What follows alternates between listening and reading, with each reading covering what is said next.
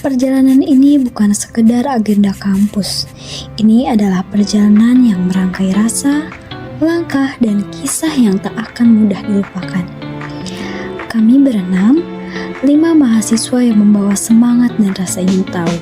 Satu supir, seusia kami yang tak kalah antusias. Dan seorang pria yang bukan bagian dari tim inti, tapi kehadirannya terasa paling tenang. Datang bukan untuk tugas, tapi untuk menemani, mendukung, dan menjadi bagian dari cerita yang diam-diam paling berharga. Tujuan kami adalah ujung genteng Sukabumi. Bukan sekedar tempat wisata, tapi rumah bagi rasa-rasa lokal yang tersembunyi. Tempat di mana laut dan tanah menyatu, dan masyarakatnya yang masih menjaga kearifan lama dengan sepenuh hati. Perjalanan kami dimulai sejak fajar. Dengan kantuk yang masih menempel, perjalanan kami dimulai sejak pukul 3 pagi. Dengan kantuk yang masih menempel di mata dan tas yang penuh peralatan dokumentasi, kami berangkat. Tawa, musik, cerita kecil mulai mengalir di dalam mobil. Tak butuh waktu lama untuk kami merasa, ini bukan sekedar tim. Ini keluarga kecil yang saling menjaga. Setelah beberapa jam perjalanan, udara asin menyambut lebih dulu. Langit ujung genteng membentang luas, laut terlihat tenang namun megah. Dan di sanalah cerita sesungguhnya dimulai. Kami mampir ke rumah warga yang menyambut kami bak keluarga sendiri. Kami mengobrol, bertukar cerita, dan mencicipi hasil UMKM khas ujung genteng.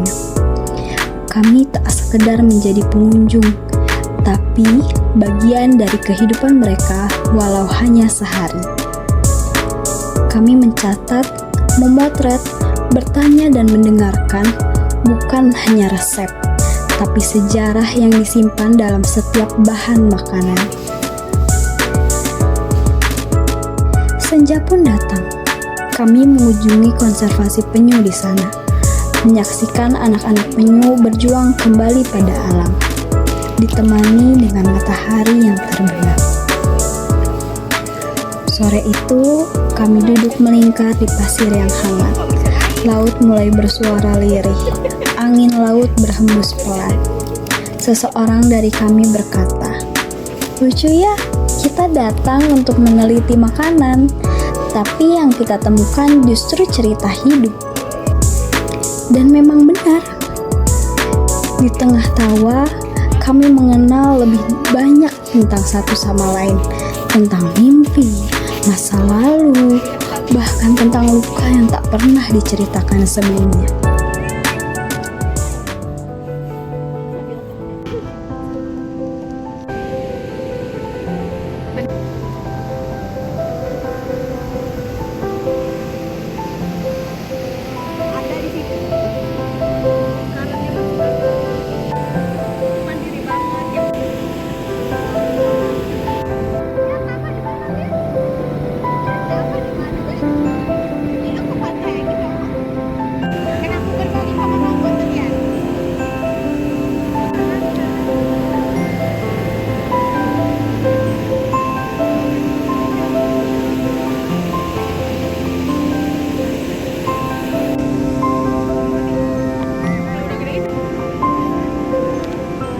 Selamat sore.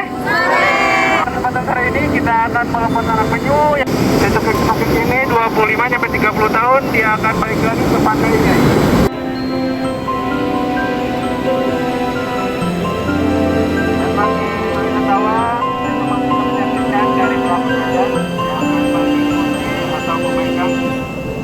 Atau mengangkat topik yang lagi dilepas.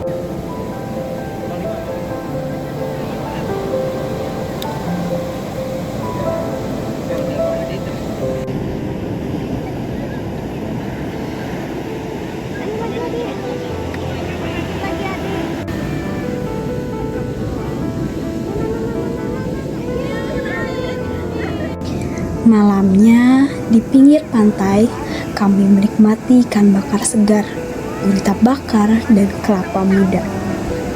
Semua terasa istimewa, bukan hanya karena bumbunya, tapi karena cara mereka menghidangkannya dengan hati. Di situ kami sadar, gastronomi bukan hanya soal rasa di lidah, tapi rasa yang tumbuh di hati. Di sela-sela aktivitas, kami melihat mereka, sang ketua tim dan kekasihnya. Tak banyak kata, tak banyak tindakan, hanya tatapan dan senyum kecil yang tak terlihat oleh siapa-siapa. Tapi cukup untuk membuat kami mengerti, cinta itu seperti rasa gurih, tidak mencolok, tapi membuat segalanya jadi utuh. Hari berikutnya merupakan hari terakhir. Kami terus mencatat, mewawancarai, mengecap, dan menyusun potongan-potongan cerita kuliner. Pagi buta, kami melaju ke Curug Cikaso. Air terjun itu begitu megah, tapi lembut. Suara airnya seperti lagu perpisahan yang tak ingin kami dengar. Kami duduk di batu, mencelupkan kaki ke sungai jernih, dan tak ada satupun dari kami yang tak terdiam. Tempat ini seperti menenangkan semua yang sempat gaduh di dalam. Ini doang sunrise, sunset apa?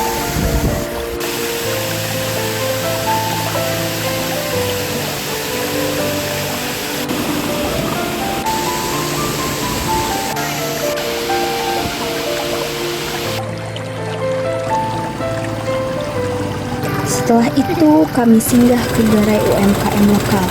Kami membeli kerupuk gulai, opak dengan berbagai rasa, olahan pelepah pisang, dan banyak lagi yang dikemas dengan sederhana. Di setiap produk itu kami tahu ada tangan ibu-ibu yang bekerja dengan penuh hati. Bukan hanya oleh-oleh, tapi bukti cinta terhadap tanah sendiri.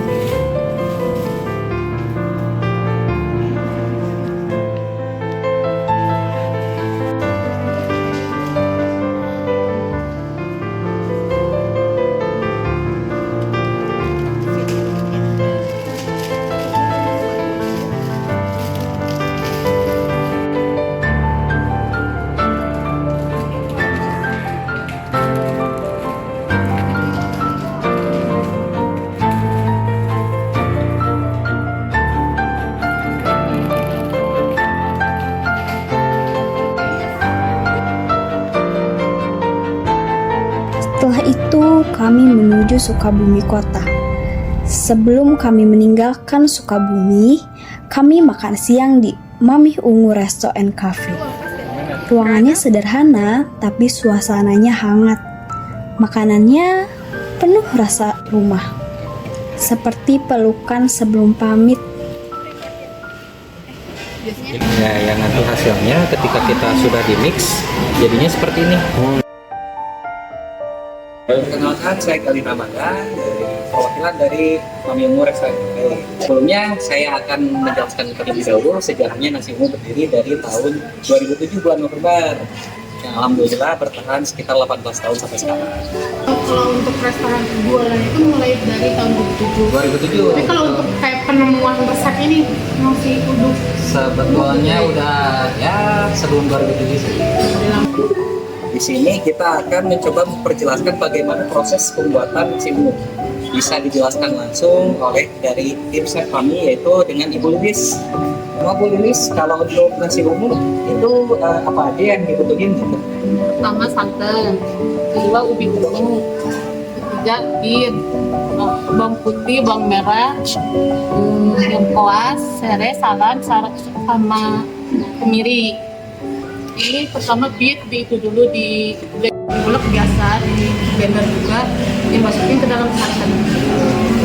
Yang hasilnya mungkin Kayak campurannya gitu. ini ya. Iya, itu campuran santan, Campuran dari ada semua ya. bawang merah, bawang putih, kemiri. Ya. Jadi, itu kita campurkan ke nasi yang sudah matang ya. Ya. Oke, Kalau betul. liter ini 500 gram. Ya, untuk buah bitnya 500 gram ya. Itu 1 liter beras ya. Mbak? Ya, Ya. betul. Ininya saya serai ya. Serai ya. Serainya paling 6 rangkai dia. Rangkai. Dan salamnya kira-kira 5 lembar juga. 5 lembar, oke. Bawang putihnya empat siung aja. 4 siung, oke.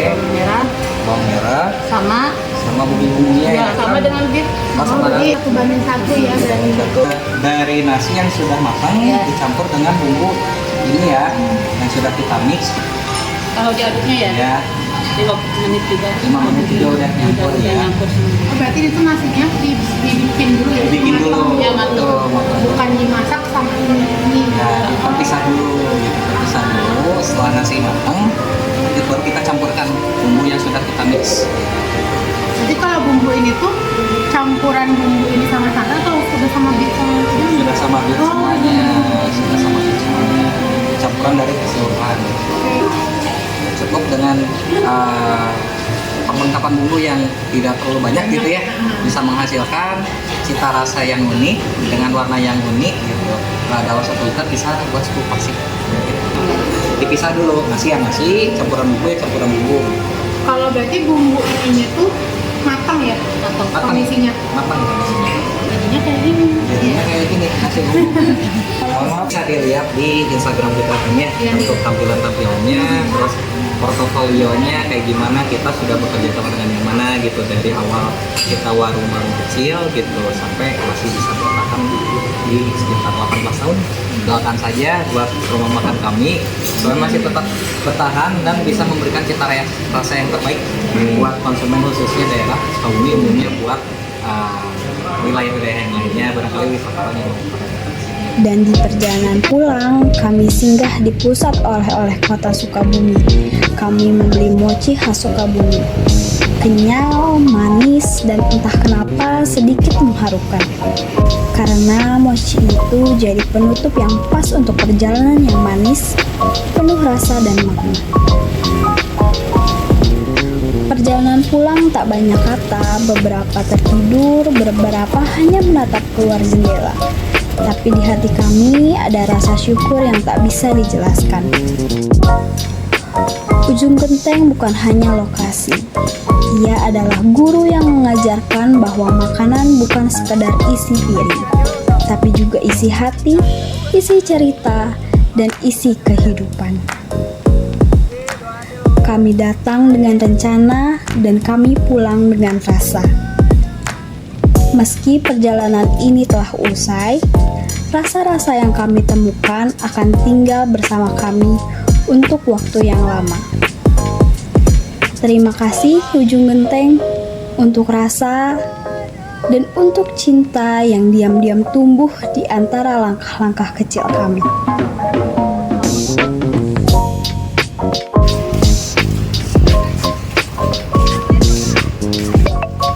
Kayla, gimana perasaan hari ini?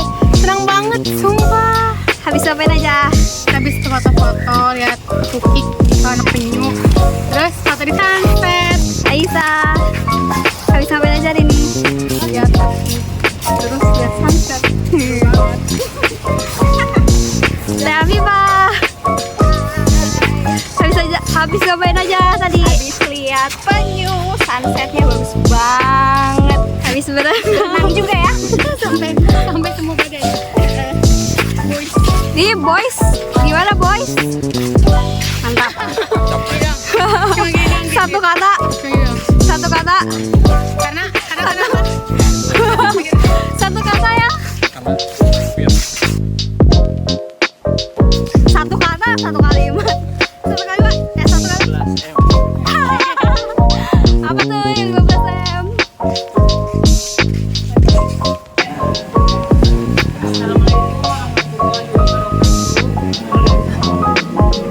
Perkenalkan, nama saya Sofia.